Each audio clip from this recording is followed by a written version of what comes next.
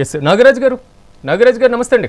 నమస్తే అండి. సో మొత్తం మీద ప్రభుత్వం అయితే ఏర్పాట్లు పూర్తి చేసినటువంటి పరిస్థితి కనబడుతుంది. సో ఈ మహా జాతరకు సంబంధించి బీజేపీ సంతృప్తిగా ఉందా? ఏర్పాట్లకు సంబంధించి బీజేపీ సంతృప్తిగా ఉందా అంటే లేదనే చెప్పుకోవాలండి. ఎందుకంటే యాక్చువల్లీ భారతదేశంలోనే ఉత్తర భారతదేశంలోనే అతిపెద్ద జాతర ఇది.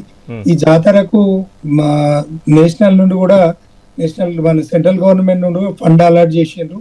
కానీ ఎక్కడ కూడా ఇక్కడ ఉన్నటువంటి మా కమిటీలను కానీ మా సెంట్రల్ మినిస్టర్స్ని కానీ ఎక్కడ ఇన్వాల్వ్మెంట్ లేకుండా వీళ్ళు ఒంటెద్దు పోకడగా పోవడం, ఇక్కడ ఉన్నటువంటి మా ఇన్వాల్వ్మెంట్ లేకుండానే వీళ్ళకు వాళ్ళు ఇష్టారాజ్యంగా చేస్తున్నటువంటి విషయంలో మా నాయకత్వం కూడా అందరు కూడా వాళ్ళ మీద కొంత అసంతృప్తితో ఉన్నారు.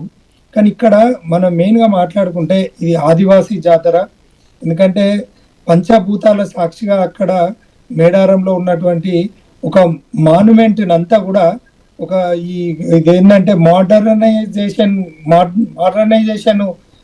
చేసేసి ఎందుకంటే దాని ఒక పవిత్రతను, అమ్మవారి పవిత్రతను పోగొట్టిందని చెప్పి అందరు కూడా ముక్త కంఠంతో మాట్లాడుకుంటున్నారు. ఎందుకంటే ఎవరిని కూడా విచారించకుండా అక్కడ కొద్ద నామమాత్రము కమిటీలు వేసి అక్కడ చెట్లను కొట్టేయడము, అక్కడ ఉన్నటువంటి వాటిని మేము రోడ్ వైడనింగ్ చేస్తున్నాము, అది చేస్తున్నాము, ఇది చేస్తున్నాం అని చెప్పేసి అసలు ప్రకృతి వనదేవతలు వాళ్ళు ఆ ప్రకృతి వనదేవతలను ఆ ప్రకృతి వనంలో ఉండనీయకుండా, ప్రకృతి ఒడిలో ఉండనీయకుండా ఈ రకంగా చేయడం అనేది కూడా చాలా అసంతృప్తిగా ప్రజలు పోయిన వాళ్ళందరూ కూడా ఆ ఫీల్ వస్తలేదు మేము పోయిన. ఎందుకంటే కొన్ని తాతలు ముత్తాతల నుండి వచ్చినటువంటి ఆచారం ఎడ్ల బండ్ల కట్టుకొని వారాలు పోయేటోళ్ళు అట్లాంటిది పండుగను ఇప్పుడు ఏంటంటే ఒక మోడర్నైజేషన్కి దానికి స్టిక్ ఆన్ చేసినటువంటి విషయంలో చాలా అసంతృప్తిగా ఉన్నాము.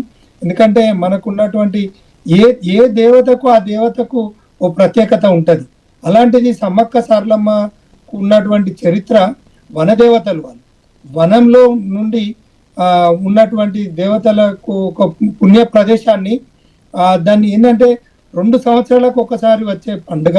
అది 3 రోజులు కంప్లీట్గా, ఒకరోజు సారలమ్మ గారు గద్దెపైకి రావడం, సమ్మక్క గారు గద్దెపైకి రావడం, తర్వాత ఇరు దేవతలు ఒకరోజు దర్శనానికి 3 రోజులు ఏకదాటిగా మనకు జరిగే పండుగను దాన్ని ఉన్నటువంటి మొత్తం శాంక్టిటీని అంతా కూడా కొంచెము భ్రష్టు పట్టించారు. ఎందుకంటే అమ్మవారు ఇంకా వాళ్లకు నాగరాజు గారు కానీ ఇక్కడ కనబడుతుంది ప్రభుత్వం అయితే మాత్రం గిరిజనుల దగ్గర నుంచి అభిప్రాయం తీసుకున్నాం, దీనికి సంబంధించి కమిటీ మాత్రం వారితో సంప్రదింపులు మాత్రమే చేయడం జరిగింది. గతం యొక్క వైభవం, గతం యొక్క ప్రాధాన్యత, గతం యొక్క సంస్కృతి, గతం యొక్క చిహ్నాలు వీటన్నిటిని మాత్రం అగ్రతాంబూలం ఇవ్వడం జరిగింది అనేది మాత్రం కాంగ్రెస్ వర్షన్.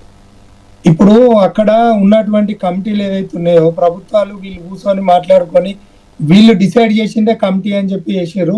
కానీ మీరు అంటున్నారు వాళ్ళ చిహ్నాలు అవన్నీ కూడా ఆ రాతి చెక్కనాల పైన ఉన్నాయని అంటున్నారు. కాకతీయుల చెక్కనం ఎట్లున్నది, ఇప్పుడున్న చెక్కనం ఎట్లున్నది, కనీసం ఎన్ని దేవాలయాలు కట్టిండ్రు అక్కడ ఏంటంటే అవి అసలు మనం దగ్గర పోయి చూస్తే కూడా గుర్తుపట్టలేనంత ఘోరంగా ఉన్నాయి. అవి ఉన్న పరిస్థితులలో ఏంటంటే సమ్మక్క సారలమ్మల వాళ్ళ యొక్క కులదైవం అయినటువంటి ఏదైతే వనదేవతలకు సంబంధించినటువంటి ఆకారాలు ఏవైతే ఉన్నాయో ఆ పాము కానీ తర్వాత ఆ పులి చిహ్నం కానీ అవన్నీ చూసుకుంటే ఏంటంటే బలవంతంగా ఏదో చూస్తేనే గుర్తుపట్టేటట్టు ఉన్నాయి. కానీ ఇట్లా మంచిగా అట్రాక్టివ్ గానైతే లేదు. ఇది కమిషన్లకు ఇచ్చి దాన్ని మనకు రూపురేఖలను కొంత మార్చే పద్ధతిని తీసుకున్నారు. కానీ ఖచ్చితంగా ఒక క్లారిటీ, ఒక క్వాలిటీ వర్క్ అయితే లేదనే చెప్పుకోవాలి.